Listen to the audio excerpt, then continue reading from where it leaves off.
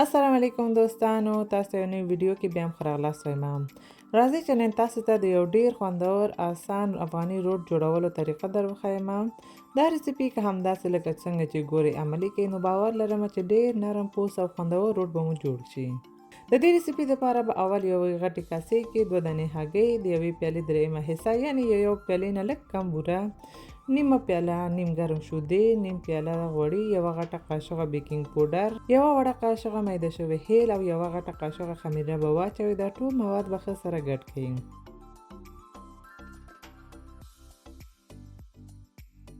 ورپسې به 4 پیالې نورمال د غنمو اوړه چې ډوډۍ دپاره هم کاروئ هماغه واچوئ او دا ټول مواد به سره ګډ کړئ او نرم اوړه به وغږئ. دا چې دا اوړه نرم وي او لاس پورې ډېر په اسانه نه خلي نو ښه به دا وي چې دستکشې واغوندئ تر څو په اسانه سره وکولی شئ چې اوړه وغږئ.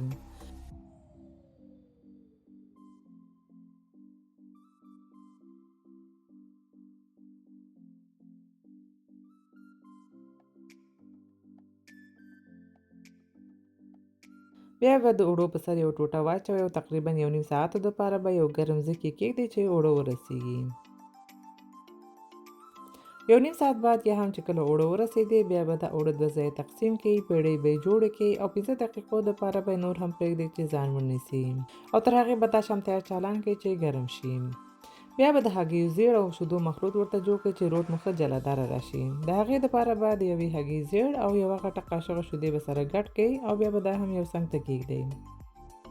اوس به نو یوه دانه پیړۍ راواخلئ، لاس به هم لږ غوړیو سره غوړ کړئ تر څو بیا په اسانه وکولی شئ چې پیړۍ هوار کړئ. د پیړۍ اندازه همدومره وساتئ څومره چې د یو ډوډۍ وي، یعنې تقریبا 2-3 سانتي متره. ورپسې به نو په سر یې ډیزاین جوړ کړئ. تاسې کولی شئ لکه څنګه چې ویډیو کې ګورئ داسې یو ډیزاین پرې جوړ کړئ او یا هم هر رقم چې خپله خوښیږي هماغسې کولی شئ جوړ کړئ. ما دلته دغه یو ګیلاس سره داسې یو اسان ډیزاین پرې جوړ کړ. ورپسې به نو د هګیو زیړ او شیدو مخلوط مو چې جوړ کړی و هغه به یې په سر ووهئ. که مو غوښتلو نو کولی شئ لږ سیادانه او کنځلې هم پرې واچوئ.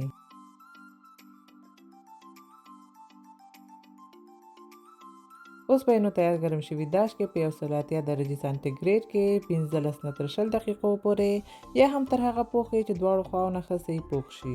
بیا به مو دا خوندور روټ تیار شي. اوس نو یې کولی شئ ټوټه کړئ او نوش جان کړئ. دوستانو دا وه د نن ورځې اسانه ریسیپي. هیله ده چې خوښه شوې مو وي. که مو خوښه شوې لایک یې کړئ، خپل دوستانو سره شریک کړئ او که زما چینل مو تر اوسه سبسکرایب کړی نه وي نو سبسکرایب هم کړئ.